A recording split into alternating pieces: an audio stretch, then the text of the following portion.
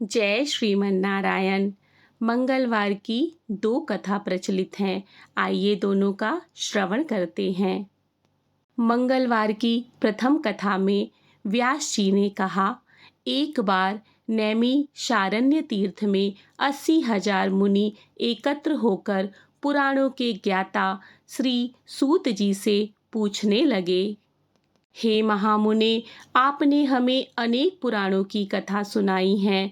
अब आप कृपा करके हमें ऐसा व्रत और कथा बताएं जिसके करने से संतान की प्राप्ति हो तथा मनुष्यों को रोग, शोक, अग्नि, सर्व दुख आदि का भय दूर हो, क्योंकि कलयुग में सभी जीवों की आयु बहुत कम है।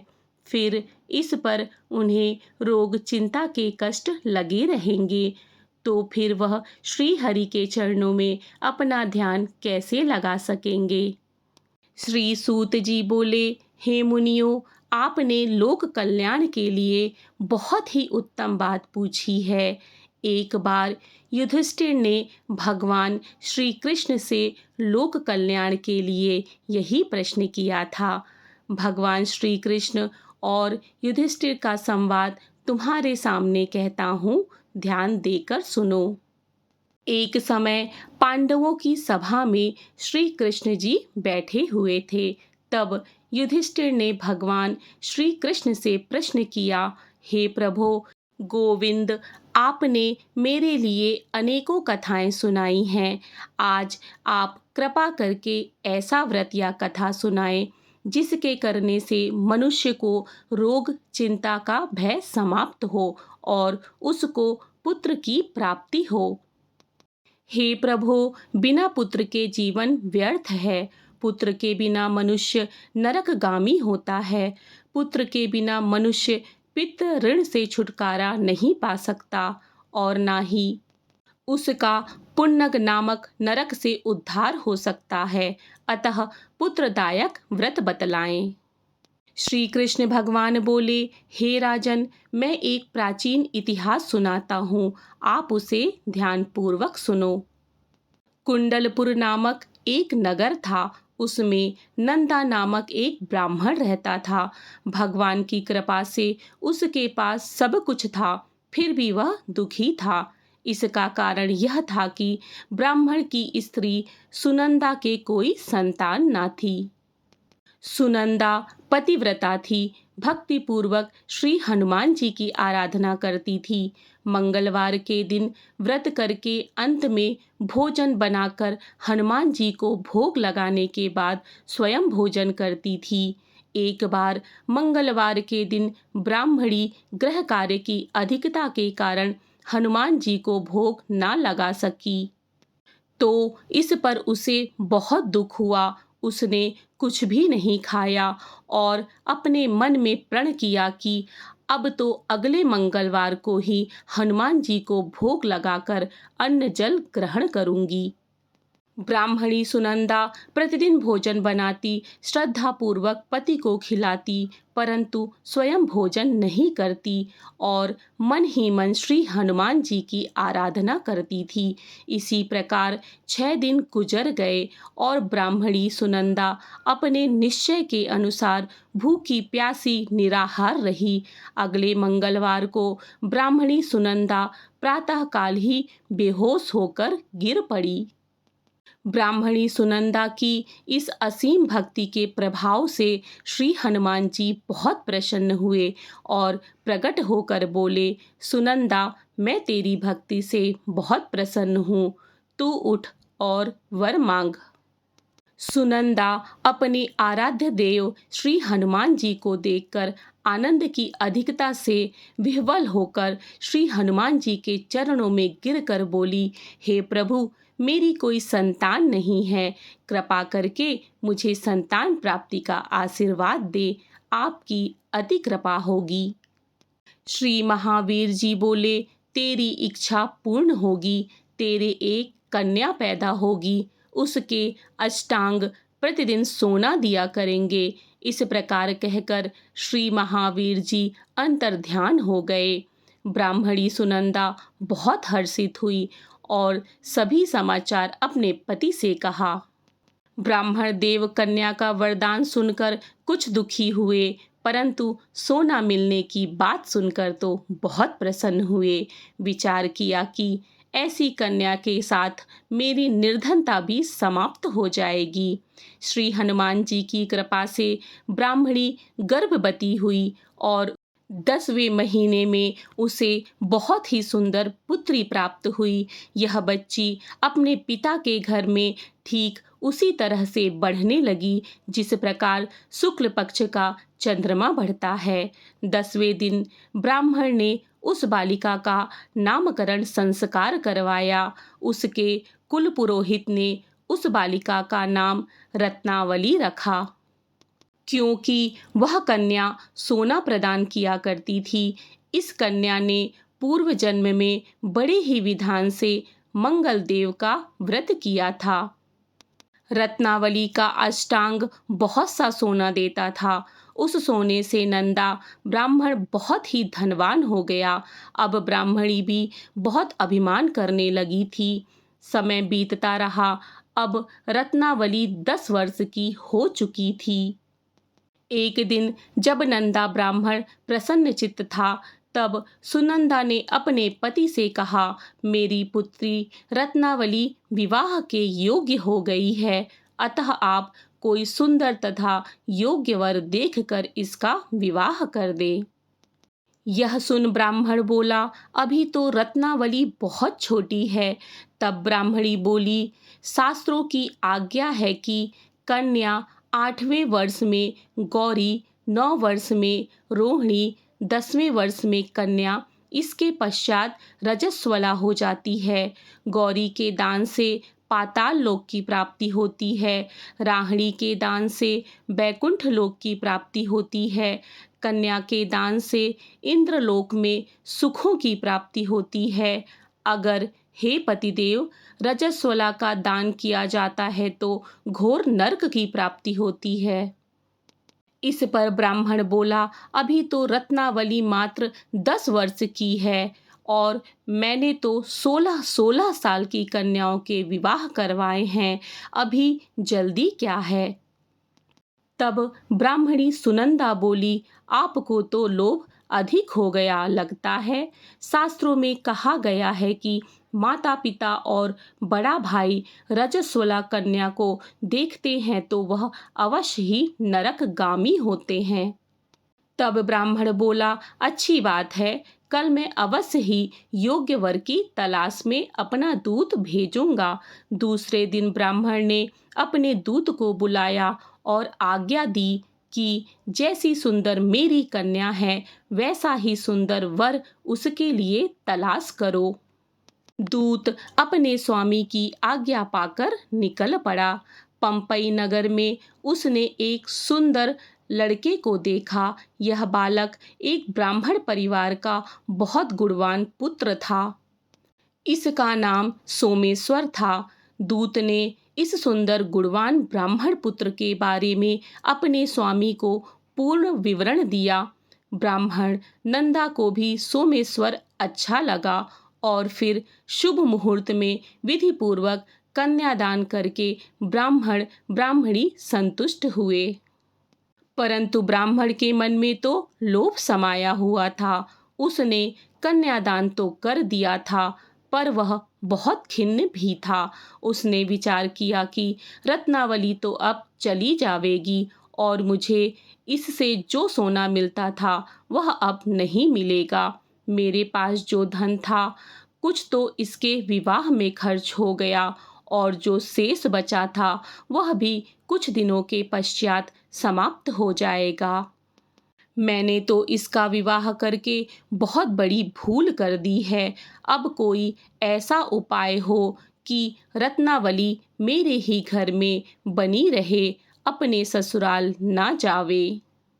लोभ रूपी राक्षस ब्राह्मण के मस्तिष्क पर छाता जा रहा था। रात भर अपनी शैया पर बेचैनी से करवटें बदलते बदलते उसने एक बहुत ही क्रूर निर्णय लिया। उसने विचार किया कि जब रत्नावली को लेकर उसका पति सोमेश्वर अपने घर के लिए जाएगा तो वह मार्ग में छिपकर सोमेश्वर का वध कर देगा और अपनी लड़की को अपने घर ले आवेगा, जिससे नियमित रूप से उसे सोना भी मिलता रहेगा और समाज का कोई मनुष्य उसे दोष भी नहीं देगा। प्रातःकाल हुआ तो नंदा और सुनंदा ने अपने जमाई तथा लड़की को बहुत सारा धन देकर विदा किया। सोमेश्वर अपनी पत्नी रत्नावली को लेकर ससुराल से अपने घर की तरफ चल दिया। ब्राह्मण नंदा महालोभ के वशीभूत हो अपनी मति खो चुका था। पाप पुण्य को उसे विचार ना रहा। अपने भयानक व क्रूर निर्णय को कार्य रूप देने के लिए उसने अपने दूत को मार्ग में अपने जमाई का वध करने भेज दिया था, ताकि रत्नावली से प्राप्त होने वाला सोना उसे हमेशा मिलता रहे और वो कभी निर्धन ना हो। ब्राह्मण के दूत ने अपने स्वामी की आज्ञा का पालन करते हुए उसके जमाई सोमेश्वर का मार्ग में ही वध कर दिया। समाचार प्राप्त कर ब्राह्मण नंदा मार्ग में पहुंचा और रुदन करती अपनी पुत्री रत्नावली से बोला, हे पुत्री, मार्ग में लुटेरों ने तेरे पति का वध कर दिया है। भगवान की इच्छा के आगे किसी का कोई वश नहीं चलता है। अब तू घर चल, वहां पर ही रहकर शेष जीवन व्यतीत कर। जो भाग्य में लिखा है वही होगा। अपने पति की अकाल मृत्यु से रत्नावली बहुत दुखी हुई। करुण क्रंदन व रुंदन करते हुए अपने पिता से बोली, हे पिताजी, इस संसार में जिस स्त्री का पति नहीं है उसका जीना व्यर्थ है। मैं अपने पति के साथ ही अपने शरीर को जला दूंगी और सती होकर अपने इस जन्म को, माता पिता के नाम को तथा सास ससुर के यश को सार्थक करूंगी। ब्राह्मण नंदा अपनी पुत्री रत्नावली के वचनों को सुनकर बहुत दुखी हुआ। विचार करने लगा, मैंने व्यर्थ ही जमाई का वध कर पाप अपने सिर लिया। रत्नावली तो उसके पीछे अपने प्राण तक देने को तैयार है। मेरा तो दोनों तरफ से मरण हो गया। धन तो अब मिलेगा नहीं। जमाई वध के पाप के फलस्वरूप यम यातना भी भुगतनी पड़ेगी। यह सोचकर वह बहुत खिन्न हुआ। सोमेश्वर की चिता बनाई गई। रत्नावली सती होने की इच्छा से अपने पति का सिर अपनी गोद में रखकर चिता में बैठ गई। जैसे ही सोमेश्वर की चिता को अग्नि लगाई गई, वैसे ही प्रसन्न हो मंगलदेव वहां प्रकट हुए और बोले, हे रत्नावली, मैं तेरी पति भक्ति से बहुत प्रसन्न हूँ। तू वर मांग। रत्नावली ने अपने पति का जीवन दान मांगा। तब मंगलदेव ने बोला, रत्नावली, तेरा पति अजर अमर है। यह महाविद्वान भी होगा और इसके अतिरिक्त तेरी जो इच्छा हो वर मांग। तब रत्नावली बोली, हे ग्रहों के स्वामी, यदि आप मुझ पर प्रसन्न हैं तो मुझे यह वरदान दीजिए कि जो भी मनुष्य मंगलवार के दिन प्रातःकाल लाल पुष्प लाल चंदन से पूजा करके आपका स्मरण करे, उसको रोग व्याधि ना हो, स्वजनों का कभी वियोग ना हो, सर्प अग्नि शत्रुओं का भय ना रहे। जो स्त्री मंगलवार का व्रत करे वह कभी विधवा ना हो। मंगलदेव तथास्तु कह अंतर्ध्यान हो गए। सोमेश्वर मंगलदेव की कृपा से जीवित हो उठा। रत्नावली अपने पति को पुनः प्राप्त कर बहुत प्रसन्न हुई और मंगलदेव का व्रत प्रत्येक मंगलवार को करके व्रतराज और मंगलदेव की कृपा से इस लोक में सुख ऐश्वर्य को भोगते हुए अंत में अपने पति के साथ स्वर्ग लोक को गई। इति श्री मंगलवार व्रत कथा। अब आइए सुनते हैं मंगलवार की दूसरी कथा। मंगलवार व्रत की दूसरी कथा के अनुसार ऋषिनगर में केशवदत्त ब्राह्मण अपनी पत्नी अंजलि के साथ रहा करता था। केशवदत्त के घर में धन संपत्ति की कोई कमी नहीं थी।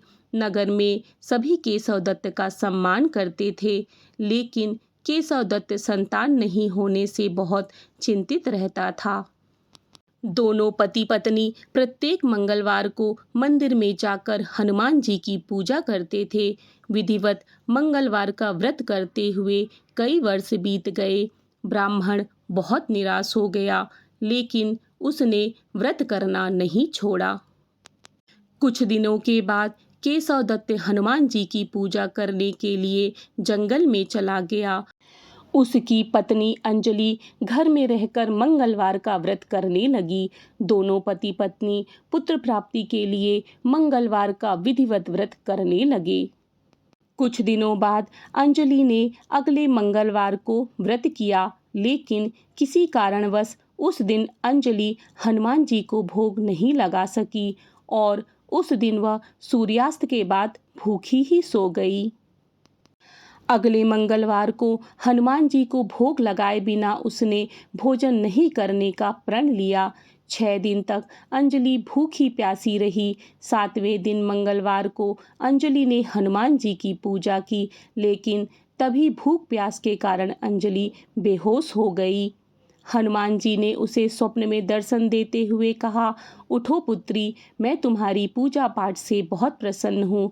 तुम्हें सुंदर और सुयोग्य पुत्र होने का वर देता हूँ। यह कहकर हनुमान जी अंतर्ध्यान हो गए। तत्काल अंजलि ने उठकर हनुमान जी को भोग लगाया और स्वयं भोजन किया। हनुमान जी की अनुकंपा से अंजलि ने एक सुंदर शिशु को जन्म दिया।